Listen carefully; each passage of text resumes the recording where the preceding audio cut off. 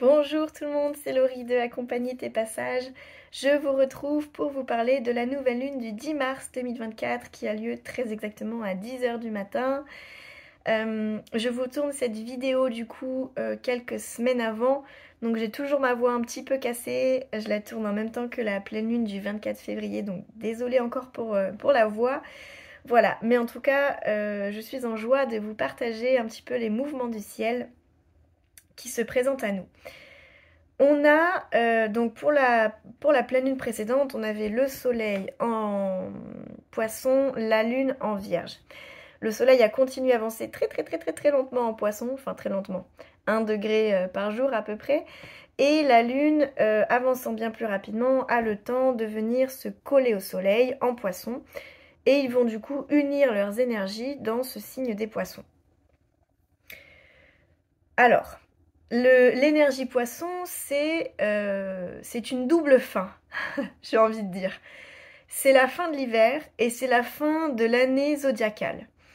En astrologie, en astrologie occidentale, l'année commence au printemps avec le signe du bélier. Donc au moment de l'énergie bélier, de l'équinoxe du printemps, on commence une nouvelle année astrologique. C'est le début de quelque chose de nouveau. On se cale un petit peu du coup sur les saisons où la nature renaît. Voilà, et donc là c'est une renaissance. L'énergie poisson, elle clôture à la fois l'hiver et à la fois l'année entière astrologique. Donc c'est comme si en fait on nous appelait voilà, on clôture en fait, on termine. Et on se détache un petit peu du monde de la matière pour s'élever à quelque chose de plus grand, qui va plus nourrir notre âme et moins notre expérience humaine. Si on voit ça comme l'idée d'une incarnation, c'est comme si le bélier, c'est la naissance, c'est l'enfant qui naît, c'est l'incarnation qui se fait. Le poisson, lui, dans l'autre côté, qui a fait tout le tour, c'est comme si l'âme s'élève à quelque chose de plus grand et se détache de toutes les questions finalement terriennes. Voilà. Donc ça donne un petit peu le décor, c'est-à-dire qu'on est porté vers quelque chose de très subtil, vers d'autres mondes, d'autres énergies. Voilà, on flotte vraiment dans tout ça. Donc c'est une pleine lune qui nous appelle à nous adapter aussi, parce que c'est un signe mutable. Donc à l'image du poisson, on va suivre le courant. S'il y a une vague qui va vers là, on la prend. S'il y en a une qui va de l'autre côté, bon ok, on la prend. On essaye de ne pas émettre de résistance et voilà, de suivre ce qui se fait. Voilà. Sans jugement de valeur, sans se dire ça aurait été mieux que ça ce serait mieux comme ça. Juste, on va chercher à... Ok, je prends la vague et je la suis, quoi. Il y a un petit peu de ça. C'est un signe qui, alors, dans son côté beau et doux, ça va être ça. Maintenant, une nouvelle lune, c'est toujours total. Et l'énergie poisson, elle peut quand même porter en elle la blessure de l'incarnation, j'ai envie de dire quelque part. C'est comme si on cherche aussi quand même à beaucoup baigner dans cette énergie du subtil, du plus grand, mais on reste quand même sur Terre. Et on peut voir le monde comme étant tellement dur. Il y a beaucoup de choses dans le monde qui nous plaisent pas, ouais, qui sont dures à vivre, qui sont dures à voir. La souffrance, la douleur, la maltraitance, plein de choses comme ça. Et donc du coup, l'énergie poisson, elle peut avoir deux réactions à ça. La première, c'est de faire preuve d'une grande compassion. C'est vraiment un moment de l'année où on est invité à entrer dans une énergie d'empathie, de compassion, d'accueillir à bras ouverts ceux qui en ont besoin, d'aider, de soutenir, de vraiment pouvoir être là pour ceux qui souffrent. Parce que c'est comme si, en fait, l'énergie poisson, elle n'a pas de barrière, elle n'a pas de limite. Donc elle va ressentir tout ce que l'autre est, c'est ce que moi je suis en fait. C'est-à-dire que si l'autre souffre, je souffre moi aussi dans mon corps. Pardon, il y a presque de ça. C'est-à-dire qu'on peut vraiment vivre ce que l'autre vit. Ça peut amener du coup un grand élan de compassion. Ça peut amener dans le sens inverse un besoin de fuir. Parce que c'est trop dur, parce que ça fait trop mal, parce qu'on veut pas voir, parce qu'il y a trop de blessures derrière tout ça. Donc on peut finalement être amené à fuir dans d'autres mondes, dans d'autres dimensions, dans des drogues, dans de l'alcool, enfin voilà, dans tout ça. Bon là j'extrapole un petit peu parce que en un mois de temps on va pas basculer dans tout ça. Quoique ça peut, pour les personnes qui ont déjà une thématique comme ça, se réveiller à nouveau. Cette question de fuite, cette question de pas avoir envie de voir tout ce qui se passe sur Terre. Donc ça voilà, ça va être un petit peu le penchant plus difficile à vivre de l'énergie poisson. Et ça va être aussi le fait de suivre tous les courants, comme je le disais au début, même ceux qui nous font pas du bien. Voilà, donc il y a aussi à un moment donné, des fois, un petit recentrage à faire. C'est un petit peu la difficulté de l'énergie poisson, c'est de se recentrer pour savoir au fond qu'est-ce qui est juste, qu'est-ce qui est pas juste, qu'est-ce qui est bon pour moi, pas bon pour moi, pour continuer pardon, à suivre les vagues dans plus de fluidité, quoi, finalement. C'est vraiment une nouvelle lune qui nous appelle si on a des questionnements, qu'on ne sait pas trop, qu'on n'arrive pas à faire la part des choses, à se connecter à notre intuition. Et notre intuition peut être très juste comme très fausse. Je ne sais pas si c'est vraiment le bon terme que j'utilise, mais c'est comme si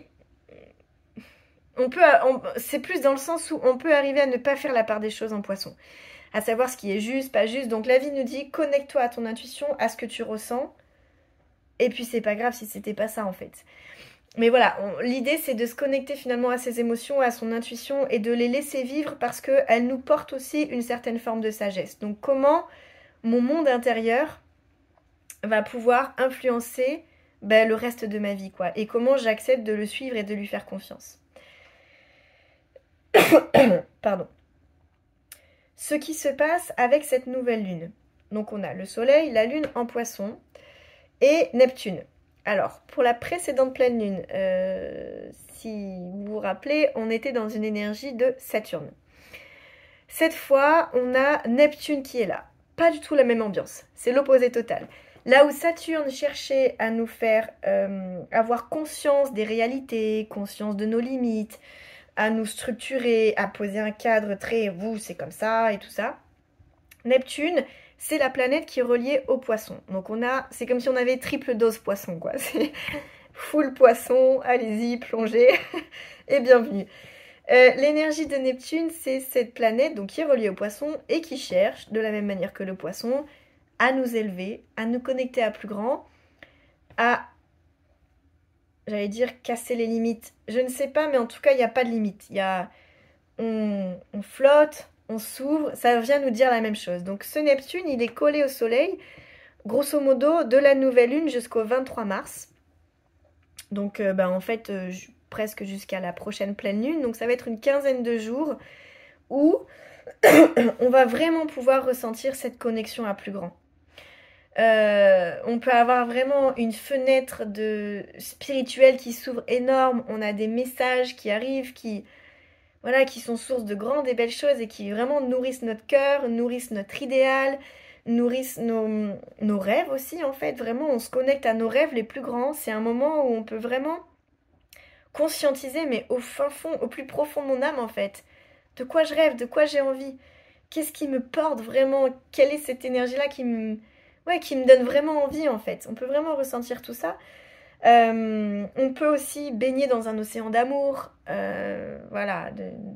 d'amour et de compassion, mais tellement énorme. L'énergie poisson, elle est beaucoup reliée à l'amour inconditionnel, c'est-à-dire que c'est un amour qui traverse toutes les épreuves, tout, absolument tout. C'est l'amour, vraiment l'amour pur, quoi. Donc on peut vivre ça, on peut ressentir ça. À chaque fois qu'une planète est collée au Soleil et à la Lune, on expérimente son énergie de manière totale. C'est-à-dire à la fois dans ses côtés nourrissants, beaux, élévateurs, à la fois dans ses défis et dans les choses qui sont plus difficiles à vivre. Bon, en ce moment, je fais un gros travail avec moi-même sur l'énergie yin et yang en acceptant l'ombre. Voilà, ça c'est un vaste sujet parce que l'énergie poisson nous parle aussi beaucoup de ça. Comment accepter l'ombre en fait finalement, puisqu'elle fait partie de la lumière, voilà, c'est tout un processus. Bon, dans l'idée c'est ok, il n'y a aucun souci, dans la pratique c'est pas toujours si simple que ça. C'est comme si cette nouvelle lune nous invitait aussi, je pense, beaucoup à ça. Comment tu acceptes l'ombre en même temps que la lumière? Comment tu trouves dans la lumière l'ombre et comment tu trouves dans l'ombre la lumière? c'est la même chose. Dans la lumière, l'ombre, enfin bref, vous m'avez compris. En tout cas, comment les deux cohabitent. Je pense que cette nouvelle lune, elle peut aussi nous faire vivre ça, parce que une des difficultés de l'énergie de Neptune, dans cette énergie poisson, ça va être d'être dans un flou. Un flou qui fait qu'on ne sent plus les limites, on ne sait plus les limites, on ne sait plus qui on est, ou ce qu'on doit faire, les décisions qu'on doit prendre. On est vraiment dans une énergie très flottante. Et donc tout ce qui va toucher à l'ordre du spirituel, du désincarné, ça va être super. Tout ce qui va toucher à l'ordre de la matière, ça va être plus compliqué.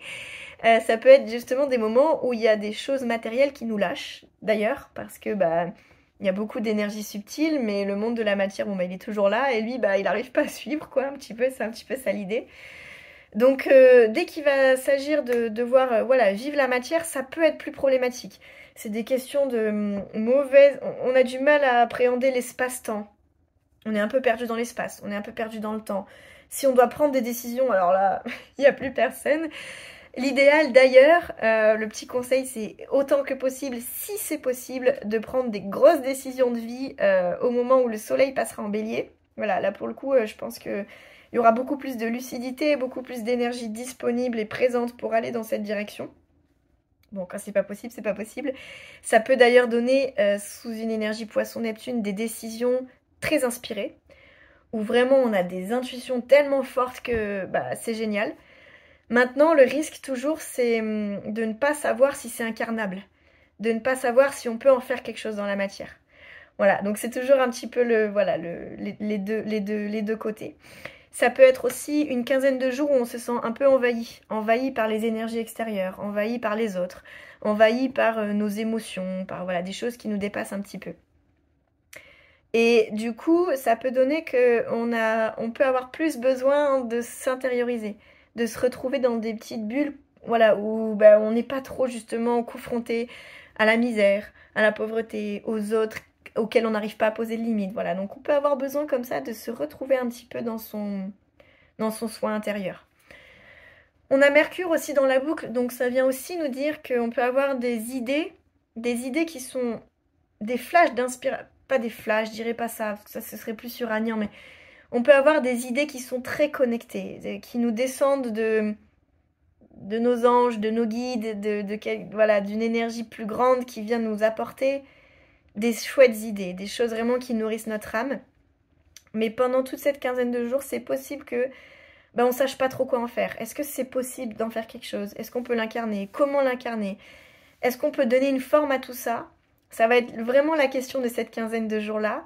Et du coup, on y verra vraiment plus clair à partir de l'énergie bélier, donc le 20 mars. L'énergie va grandement changer. Dernière chose que je voulais vous dire par rapport à ça, alors qui dénote un petit peu avec le reste, parce que là, toute cette nouvelle lune, elle est quand même dans ces énergies-là, très flottante, très enveloppante, très doux, voilà, on baigne dans tout ça beaucoup, très déconnecté du réel à 1000%.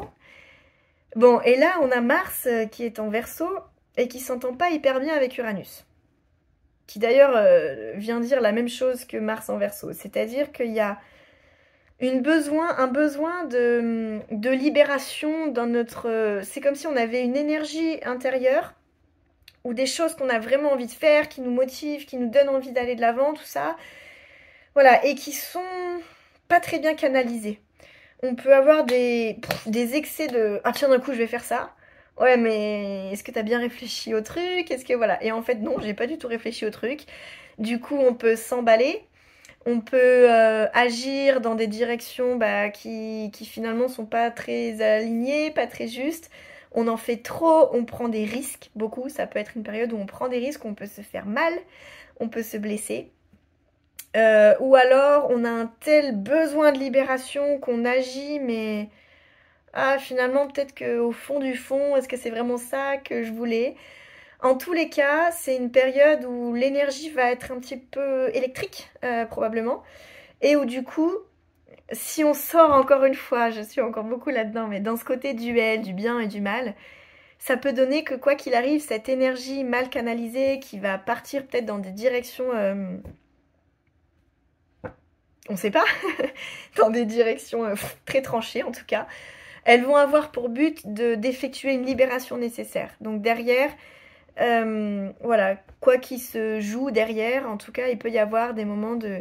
Bah, ça libère quand même. Il y a une énergie qui est libérée, donc c'est un bon moment pour faire du sport, pour voilà, dépenser son énergie en faisant attention à pas prendre trop de risques quand même. Mais voilà, le but c'est qu'il y a Mars là qui cherche quand même à trouver un chemin de libération. Ouais, pour faire les choses différemment et se sentir un peu plus libre. Et ça va un petit peu dénoter avec le reste de cette nouvelle lune qui nous appelle à l'introspection, au calme intérieur, à la pause, à se déconnecter, voilà. Donc voilà, ça va être un petit peu le petit défi, mais ça dure pas très longtemps. Voilà, on est sur une histoire d'une quinzaine de jours, hein, donc c'est des petites vagues, mais qui nous apprennent aussi à entrer dans cette acceptation du tout, finalement. Cette nouvelle lune en poisson, vraiment, elle nous appelle à ça. Donc, comment chaque chose qui se vit, chaque chose qui est, chaque chose qui existe, a sa raison d'être, n'arrive pas par hasard. Et comment est-ce qu'on peut ne pas porter de jugement sur le bien, le mal de tout ça, mais juste accepter que juste c'est ce qui est. Vaste défi, vaste défi, mais très beau et qui peut être très, très nourrissant à vivre. Je voulais vous dire un truc et je l'ai oublié, évidemment, par rapport à la suite. Si, c'est ça que je voulais vous dire. Je reviendrai parce qu'après, c'est les éclipses. Donc, la prochaine nouvelle lune et la prochaine pleine lune, je vous ferai une vidéo parce qu'on arrive dans la période des éclipses. Donc, une période où on ferme des portes, où on ouvre d'autres. C'est souvent des périodes où bah voilà, il y a quand même des tournants. C'est des tournants qui ont un impact sur les 6 mois à venir. Donc voilà, je tiens quand même fortement à faire ces vidéos. Donc je serai là pour aussi les 2 prochaines. Voilà, je vous souhaite un beau voyage intérieur avec cette énergie poisson. Et je vous dis à très bientôt. Salut, salut!